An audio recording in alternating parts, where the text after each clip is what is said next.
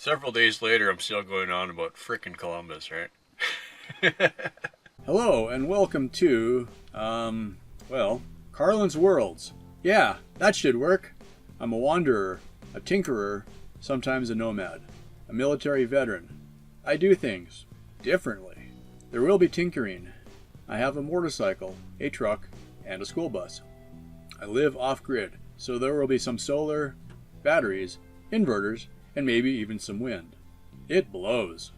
And that's all I can fit into about 30 seconds. Oh, and please, if you like any of this, it would be really awesome if you could subscribe and click that notify bell.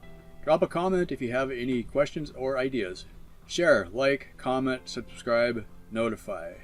Oh, and Patreon if you're really an awesome kind of person. Cool. On with the show already. I should research this and do a proper rant for next year. This will be good. So my understanding is, okay, Columbus had this idea that he could sail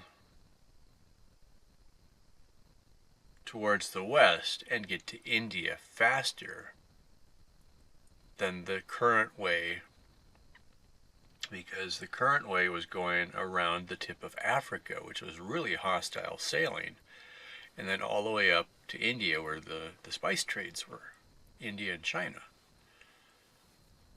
I don't know if they were even doing anything with China, but it was India, I think.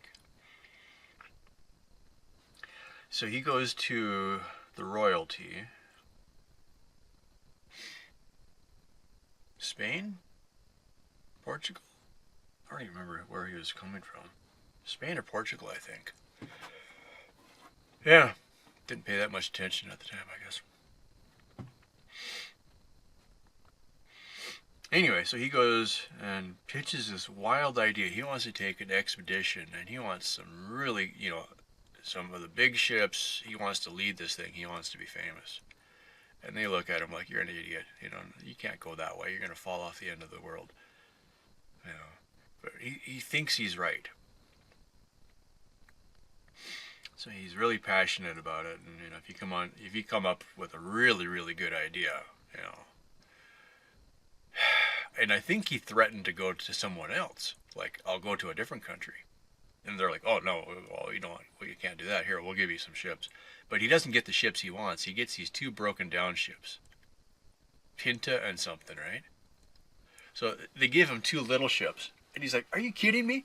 Two? He wants this big expedition. But he's like, all right, fine. So he takes his two ships and he leaves. So apparently, I doubt that he had his own crew. And so, as a Navy guy, I'm picturing this. You got these two guys, that, these two crews that are on these little ships. And I'm thinking they're either the derelict crew because, they couldn't get on the big ships, these crew. These guys were probably the guys that were always drunk. They were the troublemakers. They always complained about stuff. Typical Navy, right? You get guys that should have been on the big ship, but no, they punched out their chief one too many times, and so like, fine, you're getting transferred. You're going over here to Pinta. Pinta just sounds like a broken down ship to me. I'm looking at a little rabbit outside again.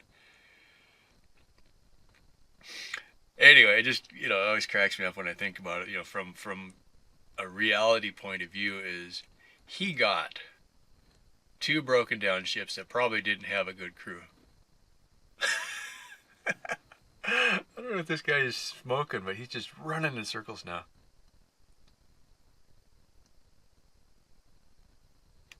I think rabbits practice running away, which would make sense what I'm seeing. If he would practice running in a straight line, he'd have a better chance, but a lot of running away is turning corners, so... He's also exploring, and so he's looking for all the ways he can run in case something chases him here. But he doesn't know anybody's watching him. Anyway, this is probably the single biggest reason not to leave and go back to Austin, is I'd missed the bunnies.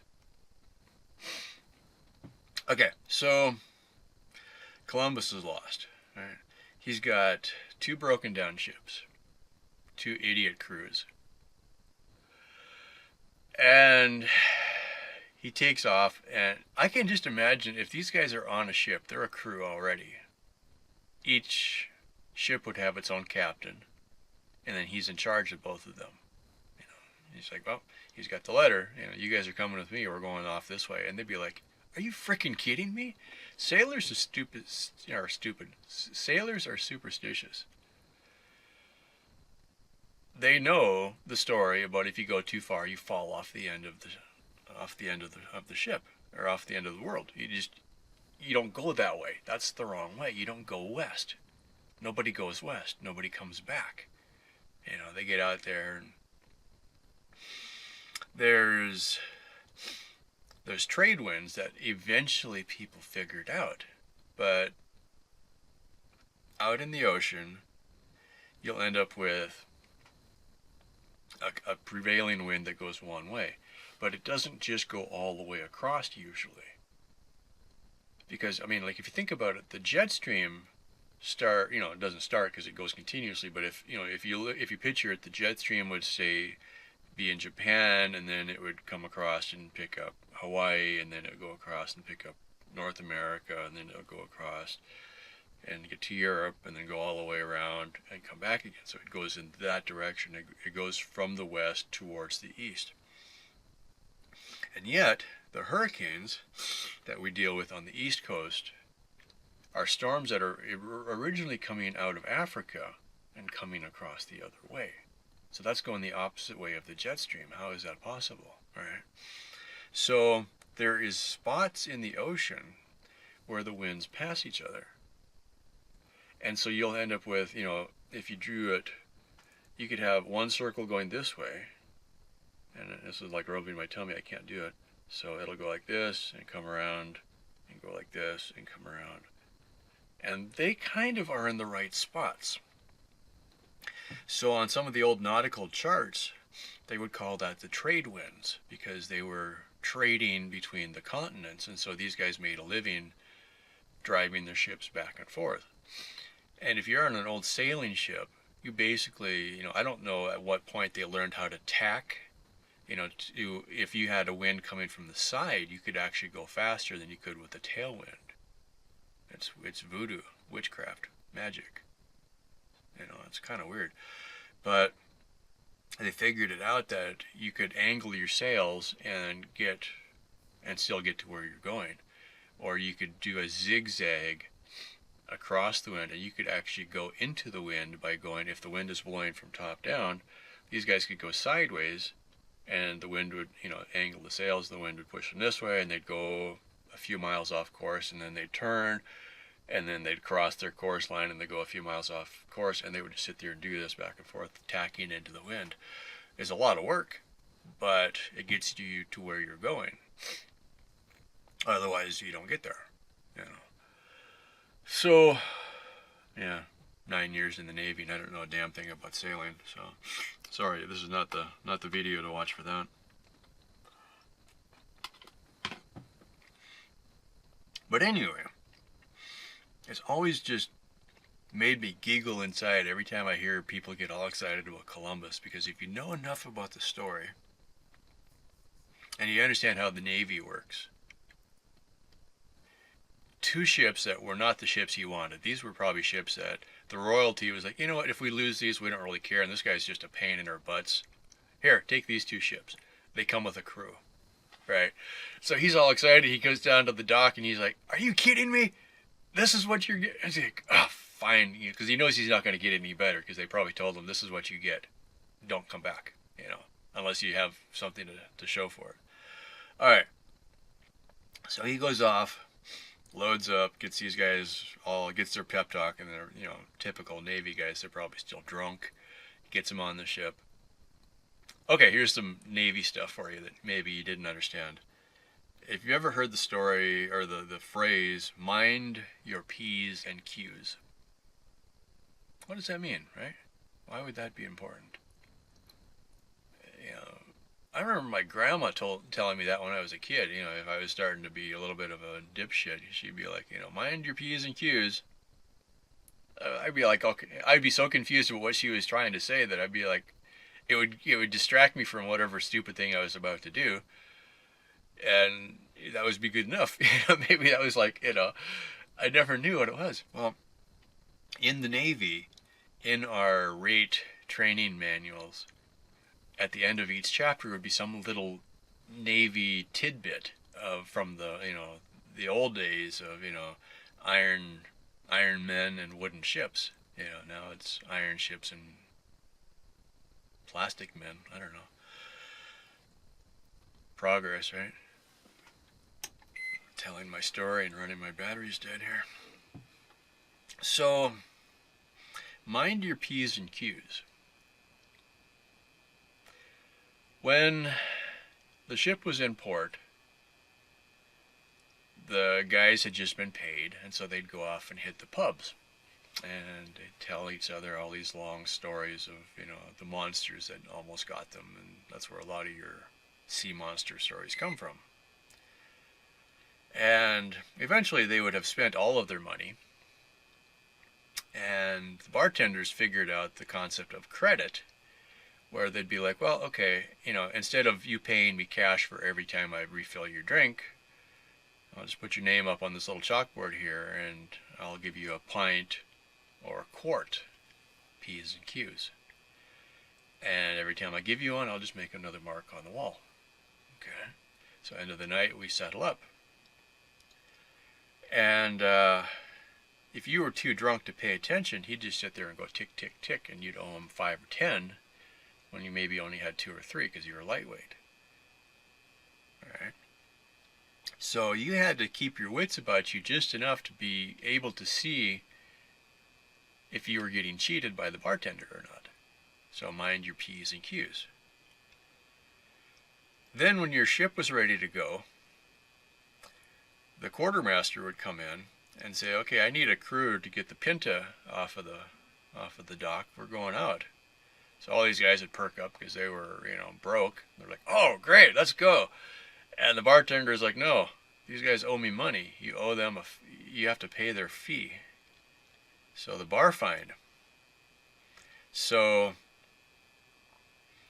the quartermaster would have to have enough money to pay off these guys' bar fines to get them out. And so for the next 2 months, and his job was to keep track of it all. So this guy, he owed a lot of money. So this is what it cost him. So you would basically have negotiated your passage, your tour. So it's like, okay, everybody gets 100 pieces of silver for this tour. Well, you just spent 30 pieces just getting out of the bar, So let's say if you had a 100-day tour and it cost you 100 days. So let's say you got a silver piece every day of the tour. That's what you were expecting to do. And if something happened, maybe you get more or you get less at the end, or you're just happy to be alive and you just wanted to get off the boat and you didn't care.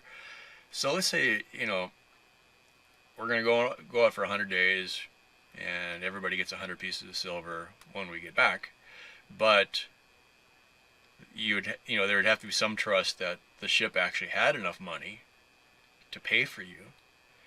But your first 30 pieces would be paid to the bar just so you could get out, right? So that's where the phrase paying for a dead horse came from. Because your first 30 days out at sea, you were still paying back the quartermaster for getting you out of the bar. So here you are, now you're sober, you're pissed off because you haven't had a drink in 30 days, you haven't seen the land for 29 days, and finally the quartermaster announces that, okay, we're having a little party, not much, we didn't bring anything with us, but we're going to set, they had water casks, and they might have had some ale too, that would make sense, otherwise nobody would go out to sea. So they'd take an old cask and they'd make it up to look like a horse, and they'd set it on fire and throw it off the back of the ship. That was to signify that they had paid off the dead horse of their fine from getting out of the bar. So those all come together. Your bar fine, which most people don't talk about, the dead horse that you've been paying for, and mind your P's and Q's are all nautical terms. How about that, right? So when I'm talking about Columbus and his broken down 2 ships and his derelict crew, these are the people that discovered America. You've got a lot to be proud for. He thought he was in India, moron. My last question. Did Columbus ever realize his mistake, and did he ever admit to it? Because he called them Indians. He thought he was in India. He went back and told people he found India.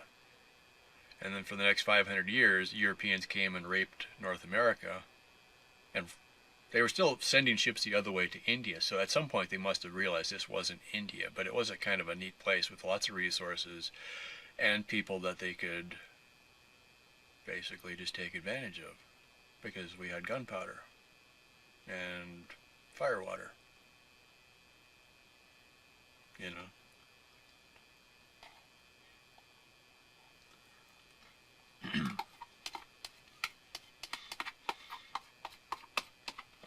Yeah.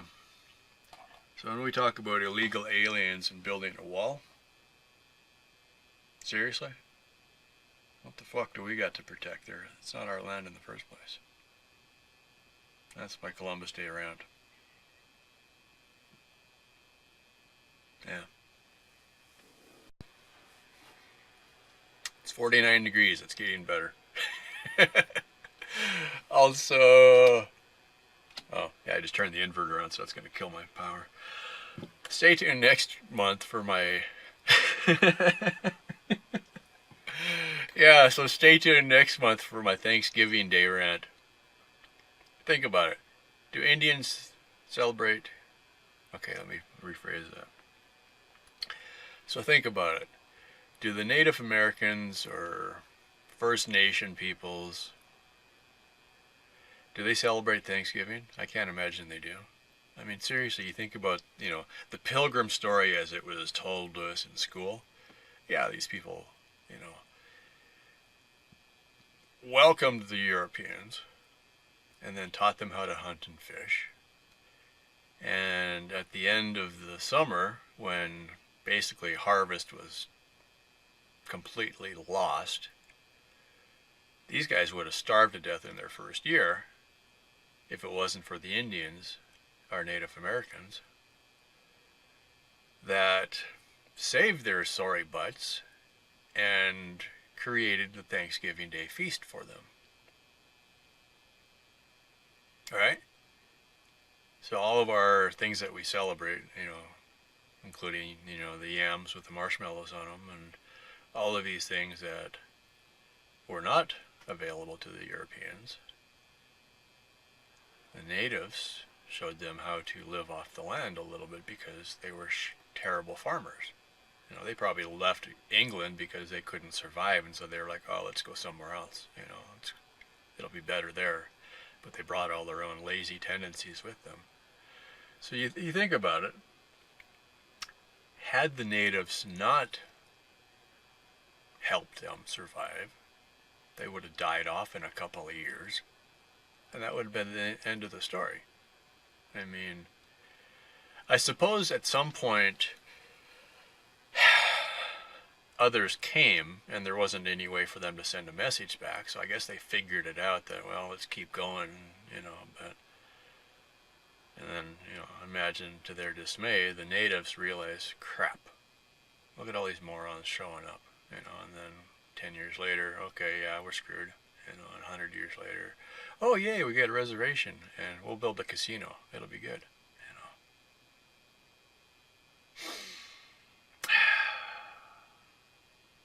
Yeah. And at some point, according to every science fiction story that has made it, we will deplete completely our resources here. And we'll go to Mars. And it'll be the same thing all over again. Because we just don't learn. Little ray of sunshine, huh? Well, that's about it. Thank you so much for watching. Yeah, that should work. Cool. I do things differently. Oh, and please, if you like any of this, it would be really awesome if you could subscribe and click that notify bell.